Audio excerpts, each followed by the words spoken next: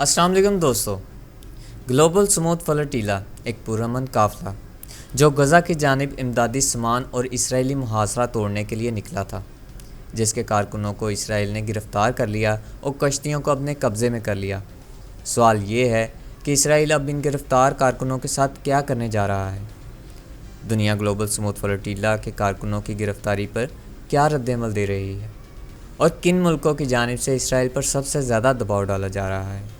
मोअज़्ज़िज़ दोस्तों, 31 अगस्त को स्पेन से शुरू होने वाले काफ़िले में 42 से ज़ायद कश्तियाँ शामिल थीं, जिन पर दुनिया भर के समाजी कारकुन, सियासतदान और अमन पसंद अफराद सवार थे। इनमें पाकिस्तान के सेनेटर मुश्ताक अहमद, स्वीडन की मशहूर माहौलियाती कारकुन ग्रेटा थुनबर्ग और जनूबी अफ्रीका के अजीम लीडर नेल्सन मंडेला के पोते भी शामिल हैं। काफ़िले का मकसद इसराइली मुहासरे को तोड़कर गज़ा के महसूर अवाम तक इंसानी हमदर्दी का सामान पहुँचाना था, लेकिन इसराइल ने इस काफ़िले को तकरीबन 70 नॉटिकल मील से दूर ही रोक लिया। इसराइली बहरिया ने एक के बाद एक कश्ती पर अपना कंट्रोल लेना शुरू कर दिया। इसराइली बहरी अफवाज की ताज़ा कार्रवाई में ग्लोबल स्मूथ फ्लोटिला की कश्ती आल्का ताला को भी तहवील में लिया गया। 450 से ज़्यादा कारकुनों को गिरफ़्तार किया गया। कश्तियाँ अशदूद बंदरगाह पर पहुँचा दी गई हैं। इसराइल ने सिर्फ गिरफ़्तारी पर इक्तफ़ा नहीं किया, बल्कि कश्तियों के मवासलाती निज़ाम को भी जाम कर दिया। बराह रास्त नशरियात बंद करवा दी गईं और दुनिया भर को अंधेरे में रखने की पूरी कोशिश की गई। कुछ कश्तियाँ अब भी मंजिल की तरफ बढ़ रही हैं। इसराइली वज़ीर-ए-आज़म नेतन्याहू ने फ़ौजी दहावे को बिल्कुल दुरुस्त करार देते हुए अपनी बहरिया को शाबाश दी है और कहा कि ये कार्रवाई मुल्क की सलामती के लिए ज़रूरी थी। यानी इंसानी हमदर्दी के काफ़िले को भी इसराइल अपनी रियासती ताकत के ख़िलाफ़ ख़तरा समझता है। ये वही मंतक है जो हमने माजी में भी देखी है। लेकिन दुनिया खामोश नहीं बैठी। यूरोप समेत दुनिया भर में एहतजाजी मुजाहरे जारी हैं।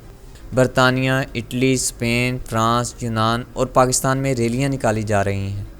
कोलंबिया और यमन में लोग इसराइली इक़दाम के ख़िलाफ़ बैनर उठाए मैदानों में उतर आए हैं। लेकिन सवाल ये है कि क्या ये एहतजाज इसराइल पर दबाव डाल सकेगा। रिपोर्ट्स के मुताबिक इसराइल ने फ़ैसला किया है कि गिरफ़्तार 450 कारकुनों को यूरोप डिपोर्ट कर दिया जाएगा, यानी इन पर मुकदमा चलाने की बजाय इन्हें वापस भेज दिया जाएगा। ये इक़दाम भी इसलिए है कि आलमी दबाव बढ़ रहा है। अगर इसराइल इन कारकुनों को तवील अरसे तक कैद में रखता तो शायद सफारती बहरान भी खड़ा हो जाता। यूरोप के कई ममालिक बराह रास्त दबाव डाल रहे हैं, ख़ास तौर पर स्पेन, जहाँ से ये काफ़िला रवाना हुआ था। फ्रांस और इटली ने भी अपने शहरियों की फौरी रिहाई का मुतालबा किया है। लेकिन दूसरी जानिब अमेरिका की खामोशी सबके सामने है। वाशिंगटन अब तक इसराइली कार्रवाई की मज़म्मत करने से गुरेज कर रहा है। याद रखें कि ये सिर्फ सियासत या सफारती मामला नहीं, ये कश्तियों पर वो लोग सवार थे जो अपने घरों से हज़ारों मील दूर सिर्फ इसलिए निकले कि वो गज़ा के बच्चों तक दवाई और खाना पहुंचा सकें। मोअज़्ज़िज़ दोस्तों, ये इंसानी हमदर्दी की सबसे बड़ी मिसाल है। सवाल ये है कि क्या दुनिया वाकई इस कुर्बानी को समझ पाएगी या एक बार फिर एहतजाज की गूंज में सब कुछ दब जाएगा। ये मामला भी ख़त्म नहीं हुआ। एक कश्ती अभी भी मंजिल की जानिब बढ़ रही है। सवाल ये है कि क्या वो कश्ती गज़ा तक पहुंच पाएगी। आप इस बारे में क्या सोचते हैं? क्या आलमी दबाव इसराइल को झुकने पर मजबूर कर सकता है? अपनी राय कमेंट्स में ज़रूर बताएं और अगर आप चाहते हैं कि ये आवाज़ मज़ीद लोगों तक पहुँचे तो इस वीडियो को शेयर करें और चैनल को सब्सक्राइब करना ना भूलें।